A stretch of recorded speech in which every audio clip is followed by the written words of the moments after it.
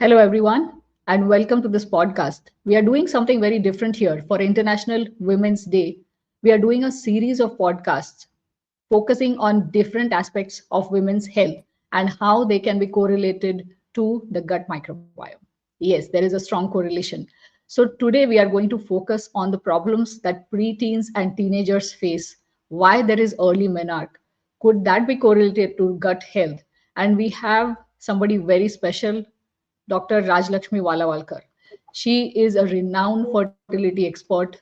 She is director of Cocoon Fertility Center in Thane. She has had a wide range of experience, half of her time spent in UK and half in India, and she has helped thousands of patients or couples have their dream come true. So welcome, Rajlakshmi. Thank you so much, Rashmi. Thank you for having me here again. It is always a pleasure to be on your show. Thank you so much. So, we wanted to focus on what teenagers and preteens go through. So, we know that if we are talking about menarche, if we think about what is happening now as compared to 2 decades ago, menarche is very early. So, it's not teenagers, it's preteens that are going through menarche.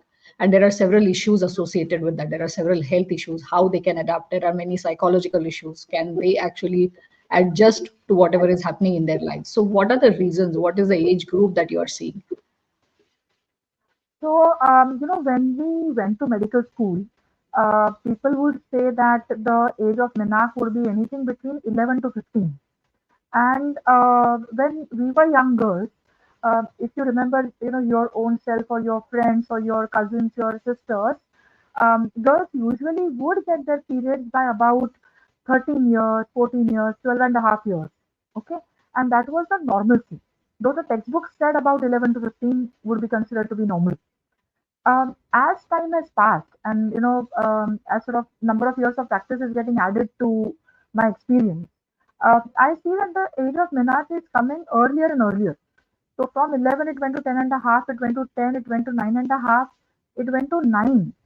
So now, approaching of the ninth birthday, a lot of mothers are getting prepped about आता period सुरू होऊ शकतो. The period may start now. And if the period starts now, what all am I supposed to tell my girl? How am I supposed to be prepping for it? Now, one needs to understand that a period starting early basically means that the girl, so there are like a lot of things that happen there. Okay. She's going through a hormonal upheaval earlier in life before she's even emotionally mature. And the hygienically also managing herself. She's not even finished playing as yet.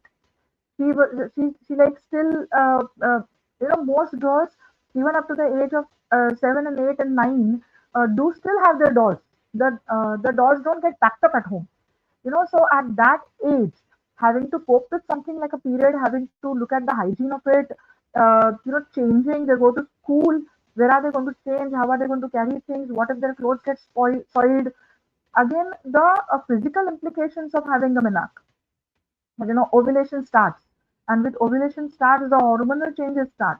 With hormonal changes, some girls do suffer a lot with mood swings and things like that.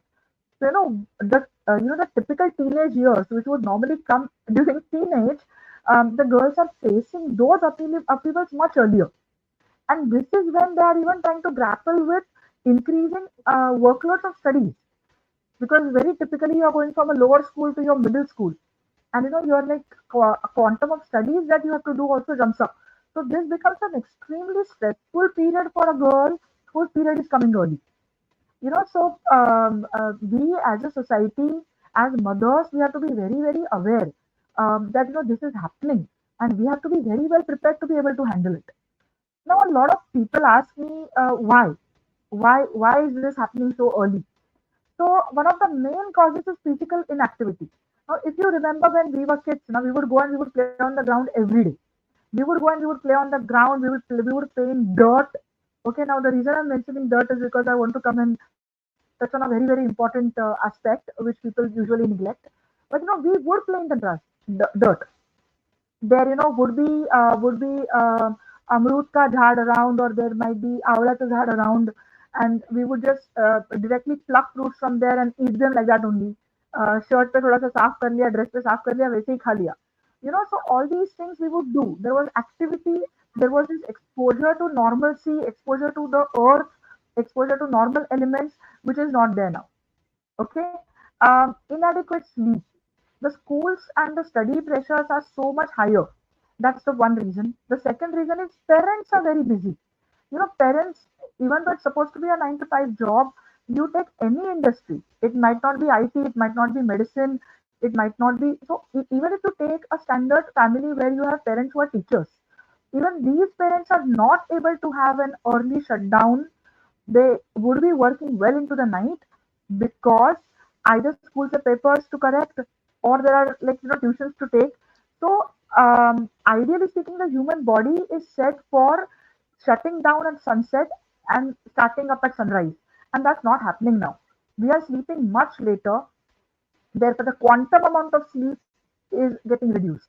A child, until the age that your teenage years are over, you need to get minimum 8 to 9 hours of sleep. And you don't see kids as, even smaller kids are not getting any more than 5.5, 6, 6.5. So they sleep with the parents, they get up with the parents, they fight sleep because they want to spend time with their parents. And parents are coming home from offices and stuff. So lack of sleep is also a huge problem, which causes a stress on your HPA axis, and your HPA axis activation happens. Your lack of sleep is also going to be feeding into poor dietary habits. Poor dietary habits are going to be damaging your gut. It's going to be damaging your acid secretion system, your enzyme system, and your microbiome in the gut. Talking of microbiome, breastfeeding. These days mothers don't take breaks. Mothers have to go back. Maternity leave is not what it used to be in the old days. Women would take a break. Women would be, some people would even take a break up to a year. Let a child become a year old, then I'll get back to work.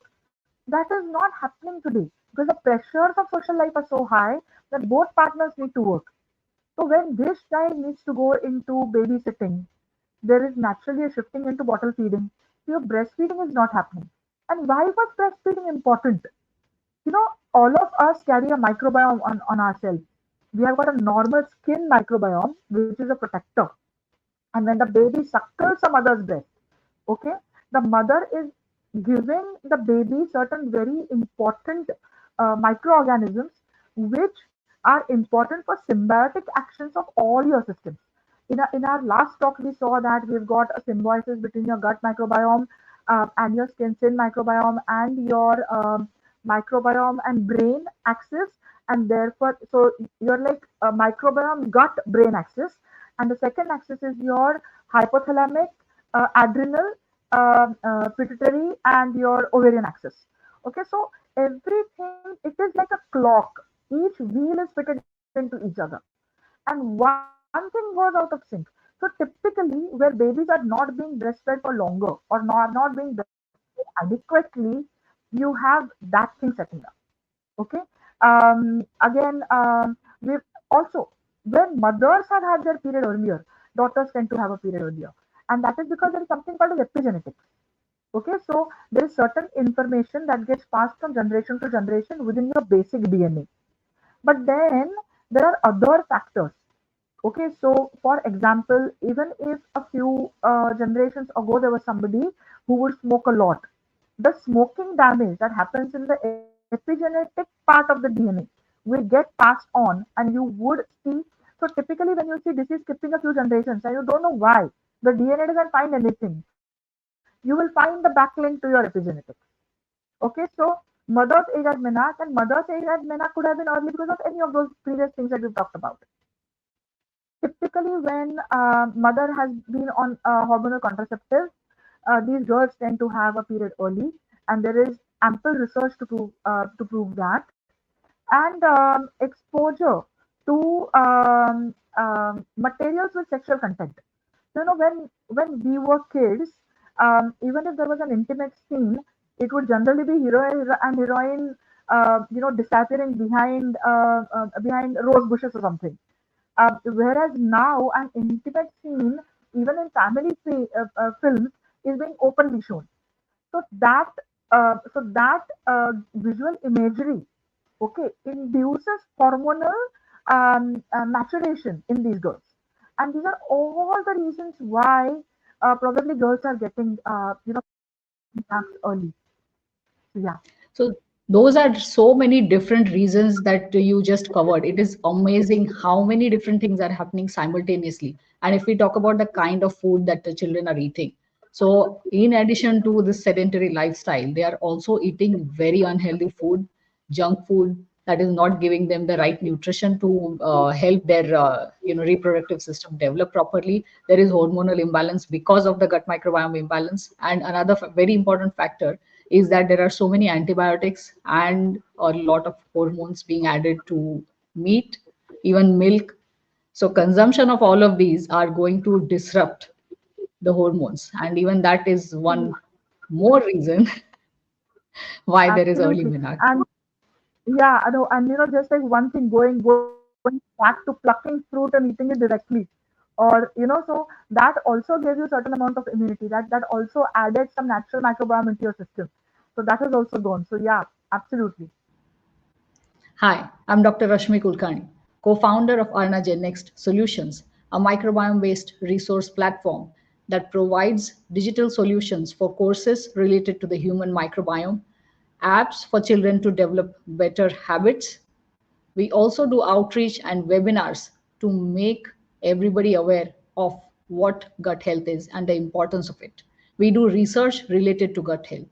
We also have our very own Shatayushi total transformation programs where we focus on improving gut health and thus reversal of several chronic diseases. So I hope you enjoy this podcast.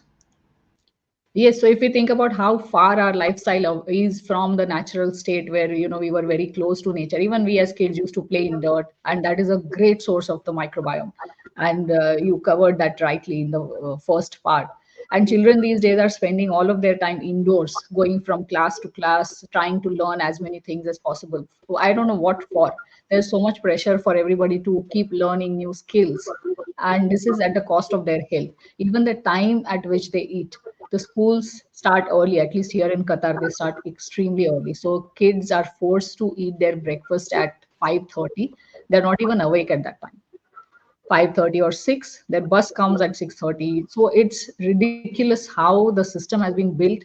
And the lunch break, I'm sure that's the case in every school, is so short that whatever is being given to the kids, they have to eat it within the short period of time. The lunch is not nutritious. There are just too many issues going on with the, the life at school itself.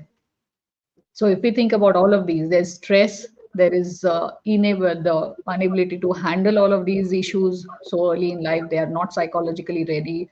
And then when we talk about teenagers, there's also the issue of body shaming that is going on in schools, the self image that they have, and acne. That's a huge issue that they're just not okay with acne. It's normal for teenagers to have some kind of acne. But if their lifestyle is so unhealthy, if their food is so unhealthy, they are going to have a lot more acne than it than a normal level.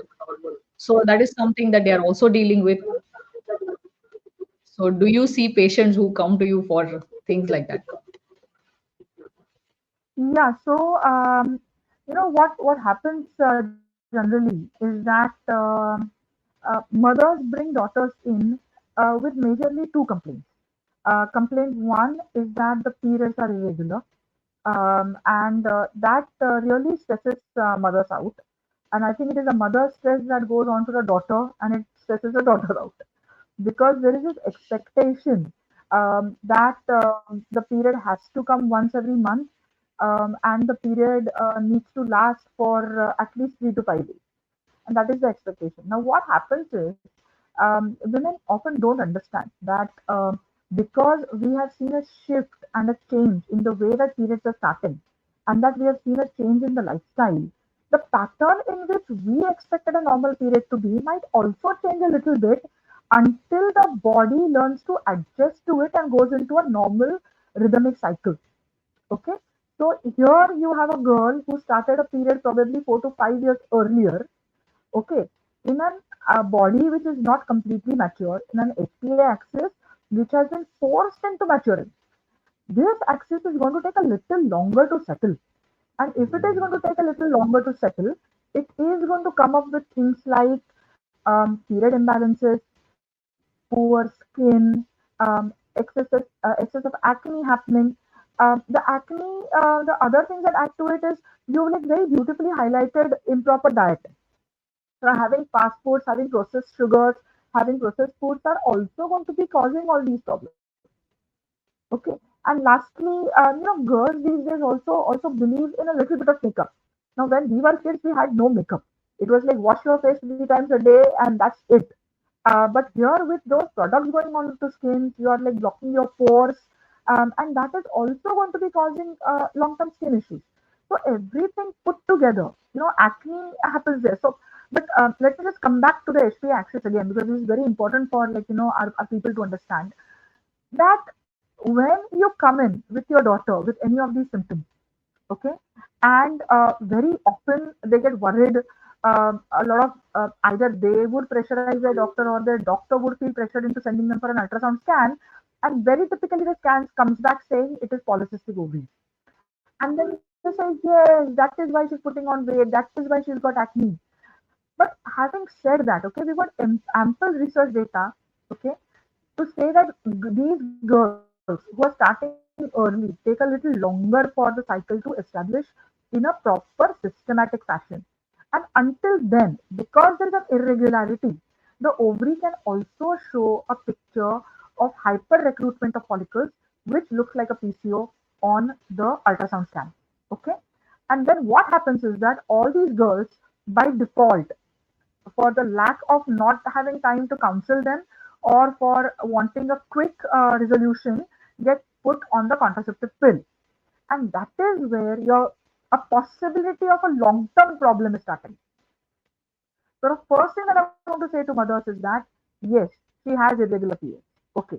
Now, if her periods are getting delayed, if the period is not coming once every month, coming once in 2 months, coming once in 45 days, I'm saying even worst case scenario coming once in 3 months, as long as any woman gets at least 4 periods in a year, okay, there is no reason to panic. Obviously, we'll investigate. Obviously, we'll try and take a look at it. Obviously, we'll try and look at safer options and not jump into hormones to start with. So yes, investigation, I'm completely with it. Counseling, I'm completely with it. Looking at alternatives to try and correct things and not jump directly into hormones. I am a very strong, supporter of that, and that's what I do in my practice, and that's what I would do even for my family if they were to need it. And so that is what we need to take a look at, and not jump into hormones directly out there. Because the minute you put this girl on an oral contraceptive pill, you're establishing a diagnosis which might not actually be a true diagnosis. It might be a transient state. But then the woman gets labeled for her life with something. Okay, that's the first thing that happens. And then there are side effects of the contraceptives, which we will come in a minute. Once I finished highlighting this point here. So that is if you're getting if the child is getting lesser periods. Okay, allow her body to get into sync. All that you do is cut down a little bit of carbs, get her to exercise a little bit more, and you will see that almost 85% of these girls will go into a normal cycling pattern. And that's all that you need to do. Start a sport, send her for dance, send her for swimming. Do that. And that should usually be enough. For girls who have periods more frequently or who have heavier periods, these girls will definitely need to take a look. Because if she has periods more frequently, instead of getting 12 periods a year, if she ends up getting, say, 14 periods or 16 periods or 18 periods, then she is losing more blood. Okay, and this girl today is your tomorrow's mother. She is your day after tomorrow's grandmother. So if you are going to be able, you have a responsibility to establishing her health perfectly today, so that you keep her safe later on. Okay, so if the girl is getting periods that are too frequent and that are heavy, then she needs to come in, and we definitely need to take a look, investigate, and treat accordingly. Okay, so that is how it needs to go. Absolutely. Thank you so much. It was wonderful how you covered. When we talk about the contraceptives or the birth control pills, it is very common in Western countries to prescribe that even for acne. So young kids, teenagers are given birth control pills to prevent acne. This is not for contraception, it is for acne. And it's a problem because they are on these pills for many years. And as you rightly said, there are several side effects for this. There are going to be hormonal imbalances later on. There will be issues later on. So that is something I'm not sure if that's the case in India as well. For acne, is it very common to prescribe birth control pills? Yes, so pills do get prescribed. Pills do get prescribed for acne as well as for irregular periods. Pills get prescribed because the skin is getting discolored. There is like a possible PCO type picture developing. Again, we've just talked about the diagnosis of PCO there. Yes, But what so my first line for any of my patient is never a hormone, and there yes, are multiple reasons for it. Okay, and my reasons start from my first reason. We've already touched on this. The girl is still developing. Okay, and the minute you put in external hormone, you're putting in synthetic hormone. Okay, the body hormones are never one single hormone. The body hormones are metabolizing, different steps are happening in the body. Okay, so different natural chemicals with different natural activities, which might have sub activities with some system, are also there in the system, are like also developing. Now I'm replacing that with one particular chemical from outside, and I'm suppressing the whole of that. So I have a potential of disrupting the balance in the long term. And that is what really worries me. yes, So I will do it only if I have to do it. Because until this natural cycle is stabilized, if I have an external that is telling the internal system not to work, then am I doing the best that I can do for this patient? In my personal opinion, no. And therefore I tend to keep my patients away from hormones to start with. There is going to be a 5% group which will have to go on hormones, maybe short term or long term. That's an entirely different ball game. But 95% of the girls can be managed conservatively. Okay. The second thing why I would not do is that she is going through puberty, and puberty is associated with growth. Okay. And when this girl is growing, her growth has to remain natural. Okay. The minute I give external OC pills, or I give external estrogen, or I give external progesterone, so now how does a bone grow? The bone is long, right? At the two ends of the bones, we have got something called as epiphysis, yes, and the growth happens at the epiphysis. Now, what happens is that the minute I'm giving external hormone, I'm increasing the risk of this bone fusing early, and therefore the total height that this girl may have achieved may get stunted because I have given external hormones. So, genetically, inheritance wise, she might have a certain capacity for the height, whereas I'm going to be interfering with this by giving hormones externally because I'm getting her bones to shut down early. So, this is for the length of the bones. But not only length, even the general bone health. When the girl goes on OC pills, there's something called as bone density. Okay, so what is density? If you take pure milk, okay, and then if you take milk with water added in it, the pure milk is going to be denser than the water in it. This all of us know. Okay, anybody who's yes, lived in India knows that sugar doodh is denser, pani wala doodh patla aega.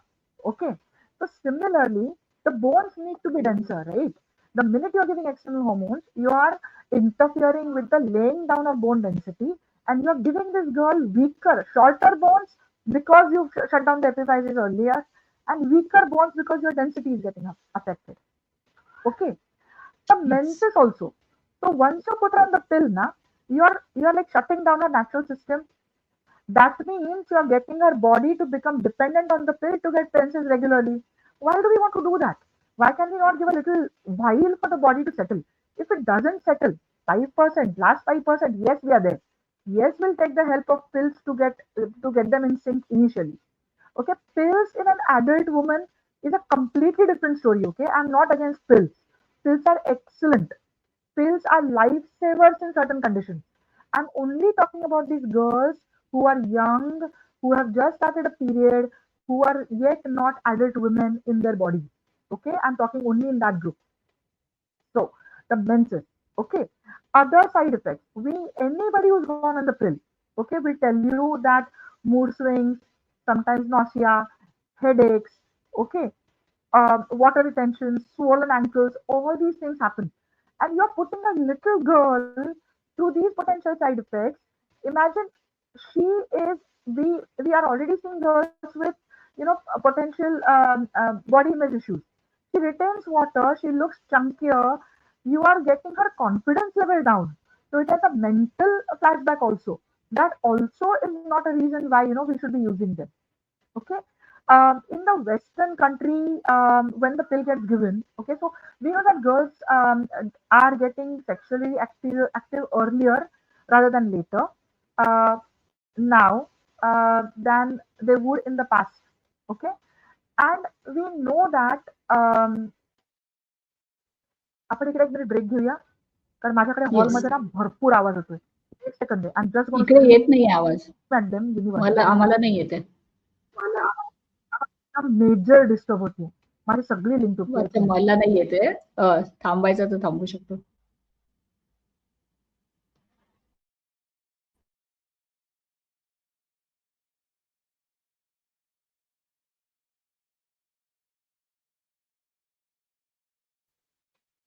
I went totally crazy mother mode on her. Okay. नाही, ऐकू नव्हतं येत इथे. बरं. I am really sorry. नाही तुला ऐकायला येत नव्हतं, पण माझा कंप्लीट लिंक माझी तुटत होती. अच्छा, नाही नाही, मी ते माझी क्रॉप कंप्लीट करेन. लिंक इट्स तुटत ओके. होती. ओके. नाही तर आता मी साइड इफेक्ट्स पासून परत सुरू करते. ओके. हो. So when women go on pills, okay, any of us who's taken pills knows that there are certain side effects that go with it. Side effects: mood swings, water retention, looking a little chunky, puffy, ankles getting puffier, headaches coming. And understand that if we put that little girl on these things, she's already having her periods early, she's already coping with being a teenager, and on addition to that, you are increasing her symptoms and causing more problems by actually putting her on the pill. So, do we really be wanting to do that? Why do we want to give her unnecessary side effects when she doesn't need them at that age? Okay. Let us take a look at the sexual activity in teenagers now. So, girls are more open towards expressing themselves now than they used to be in the past. And there has been some criticism in the Western world about if you start a girl on a pill, it is like telling her that it is okay to go ahead and be active now, whereas not understanding that the risk of sexually transmitted diseases are also there. So, counseling when somebody goes on the pill is vitally important, and a lot of Western world is faced with that. Okay, I'm not saying that it is not on the rise in the Indian society. It is on the rise in the Indian society, but in India again we don't talk much about it, right? And all the data that we have is from the Western society. So it is something as social beings, we need to keep that in our mind. There is something called as cognitive development, okay, a capacity to understand, Yes. capacity to Yes. rationally think, cognition. Okay, kids that go on the pill, okay, there is they're like conscious intellectual activity and ability for analysis tends to be a little suppressed for girls that have gone onto the pill than the ones that have not. Now, again, let me say here for my 5% patients who will go on the pill, sometimes they go for a short-term period. None of these things is going to happen. Even for a long-term period, there are pills to choose, low-dose pills, and methods to give in which we are able to uh, manage the side effects. Okay. Um, then a very big part of it is consent for oral contraceptives. Okay, so you're a mother is bringing a child and you are giving the child OC pills. How much is the girl understanding of what has been given to her? Does she really have the capacity to completely understand what those pills are going to do for her body? And here, as Yes. two responsible adults, parents, and as a doctor, we are going to be taking a decision in the best interest. Okay, so decisions in best interest, and therefore the moral and the ethical responsibility on the parents and on the treating physician is extremely high. We need to Yes. understand whether the girl is of a consentable age. Does she understand what's going to happen with her body? So that is also a very, very, very big factor. And having said that, the last bit is when these girls are put on pills so early, okay, long term, okay, what is going to be happening to this group when they come to the age of, say, maybe 60, 70, 80, 100? Because life expectancy is increasing. We might actually be entering an era where a 90 to 100-year life expectancy becomes a norm for human race. So what is early exposure to pills going to be doing at that age? That is also a question that we need to be asking ourselves, right? Because Yes. we know that girls that go on to pills, women that go on to pills have got a higher increase of ectropion. Ectropion is the cells lining the mouth of the cervix, that is the neck of the womb change, and that is one of the risk factors for developing a cancer of the cervix.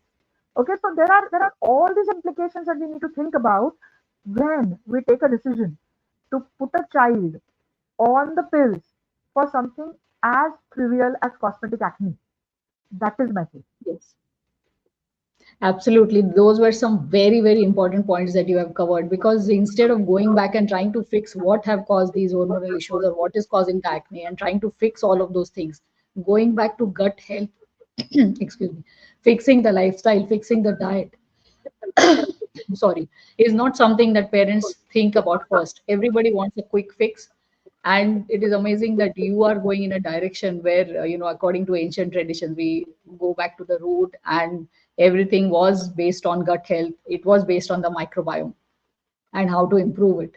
So it is really amazing that that's how you are treating patients. That's exactly why we want to showcase all of these for parents who are allowing their children to eat junk food. They're rewarding their children with this kind of junk food. It's actually a punishment.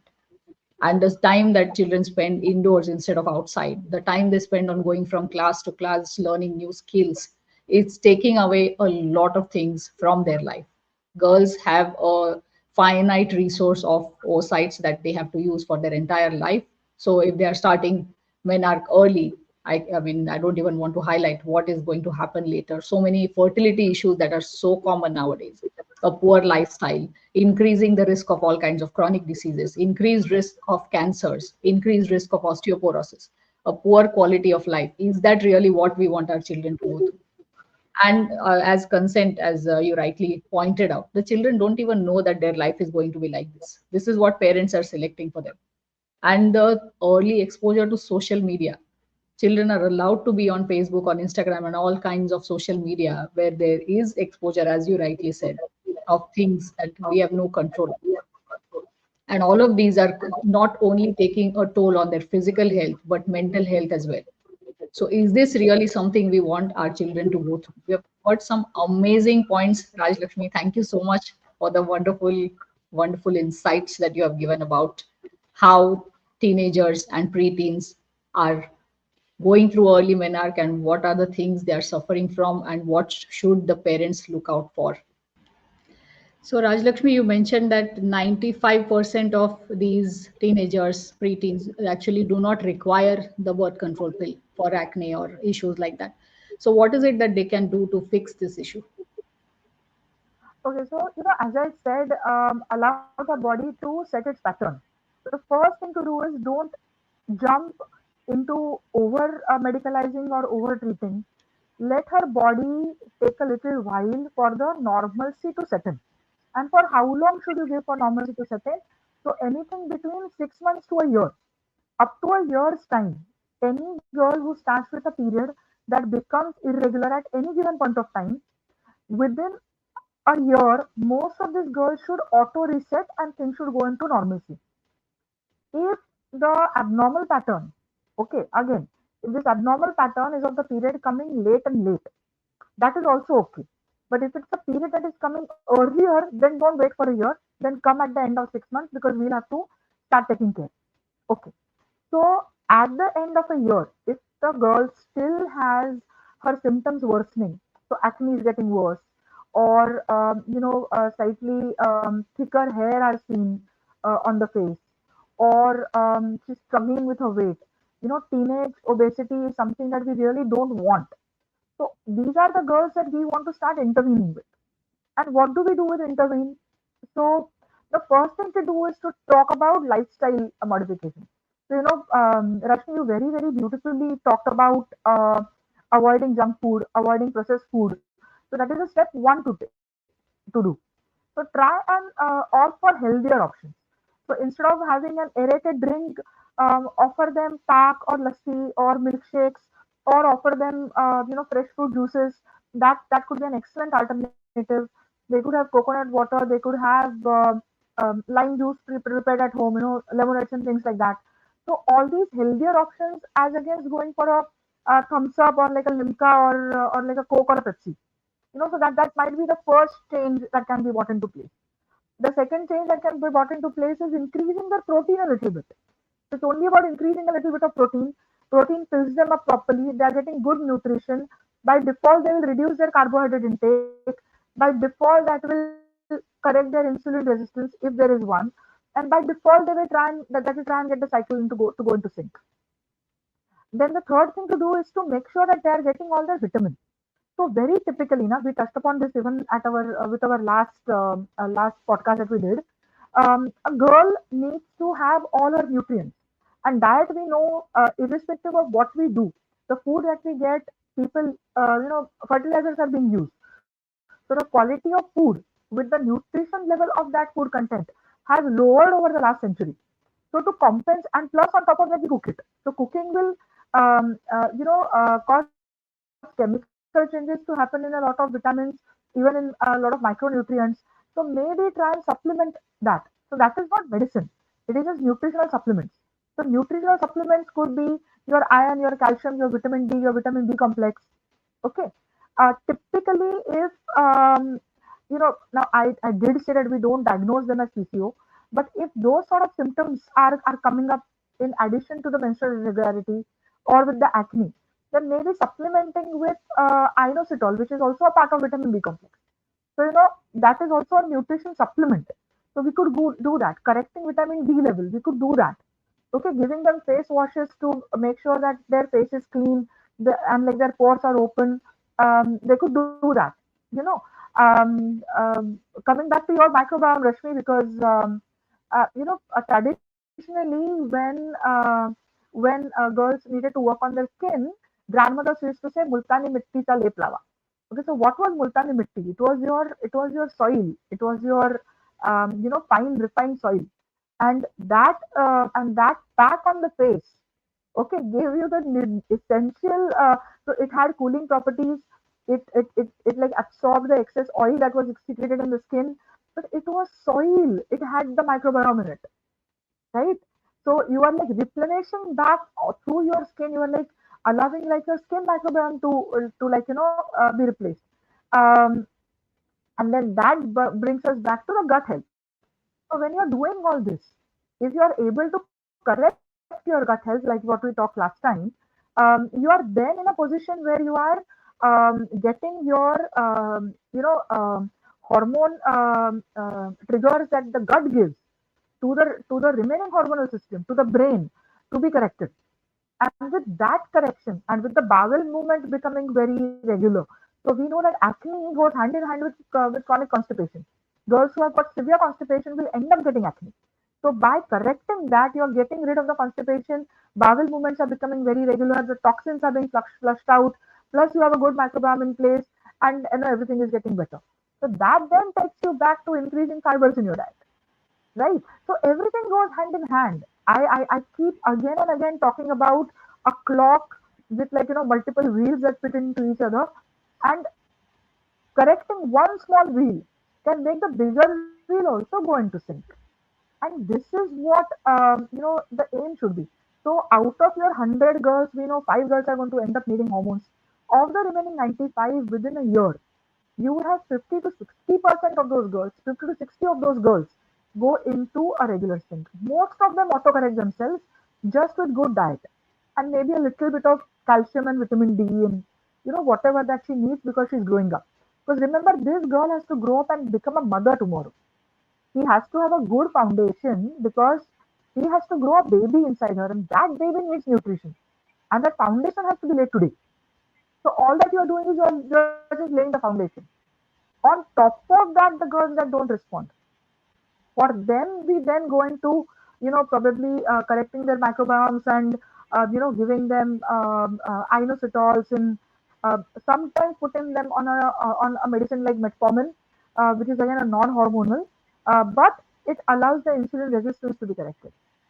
Giving them a low glycemic index diet, giving them a high protein diet, making sure that they're not avoiding fat, giving them good fats. A little bit of ghee on the roti, like we talked last time. That is all that they need to do, and having like fresh fruit and fresh vegetables and everything in place.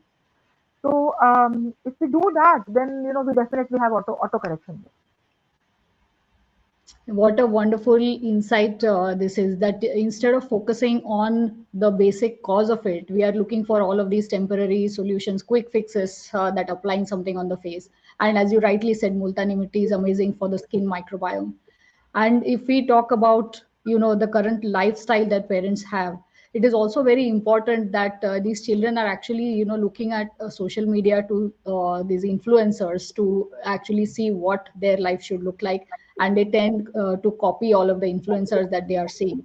The other thing is they are also copying parents. If parents themselves have an unhealthy lifestyle, if they themselves are eating junk food, if they themselves are drinking soft drinks, aerated drinks, the kids are going to follow the same. So just providing is not enough. Fixing gut health, as you say, rightly said, it's very important for the parents also to set a good example for their children, to eat a healthy diet. And what a simple fix is that you are talking about so many complex problems later on, so many chronic diseases, risks of cancer, and the fix is right here, just very basic. That fixed diet, eat the right food, eat on time. So it is amazing to see that this is what you're recommending to majority of your patients. It is Yeah, really very because nice to see this kind of a difference. yeah, because see, not only as a doctor, but I think every human being in whatever that they do, I think if you follow the dictum of firstly do no harm, if there is whatever your action is, if it is going to be causing some harm, if you can avoid that, then you have started on the right footing. And that is what I think, not only us in medical field, but you know, any field that you take, in life, if you follow that one dictum, then you are unlikely to go wrong in life. That is what I feel actually. Yes, absolutely. So if we think about where all of these problems are stemming from, early menarche, and all of the issues that come later on, including, negative body image, body shaming that happens in school, acne, all of these can be prevented by focusing on the gut microbiome very early on. We are going to talk about all of those aspects also in the next podcast, but this is very interesting, that if parents have any doubts about what is causing these issues in their preteens or teenagers and how they can help their teenagers in the best possible way, this is an amazing insight that you have provided. So I'm sure people can learn a lot, and they can change what is happening in their teenagers or preteens lives because of this. So this is an amazing insight. Thank you so much. Thank you so much for having me again, Rashmi. It was a pleasure having this chat with you today. Thank you so much. It was really amazing having you. We will talk about a lot of other pressing issues in the next podcast. Thank you so much for having me, Rashmi. Always a pleasure. Thank you. So, what a wonderful insight we got from Dr. Rajalaxmi Walavalkar. If your parents to girls, really, we need to think twice before giving any kind of birth control pills or hormones to teenagers, because this is going to impact them for their entire lifetime. Hormonal changes like this that are induced artificially can increase the risk of a lot of chronic diseases later on. They can increase the risk of osteoporosis. They can increase the risk of cancers like breast cancer, ovarian, and cervical cancer. So, this is something that parents do not want for their children. It is very important that we choose to focus on what is causing all of these hormonal issues instead of going for quick fixes like this. Body image, acne, all of these are pressing issues. But there are things that we can do by fixing gut health, by focusing on gut health, which is going to improve all parameters of life. If you found this podcast helpful, we are going to bring a lot of very interesting, very relevant topics, very useful topics that you would not normally hear about. There are many pressing issues that women have with respect to their own health. So, this is the place to be. Stay tuned.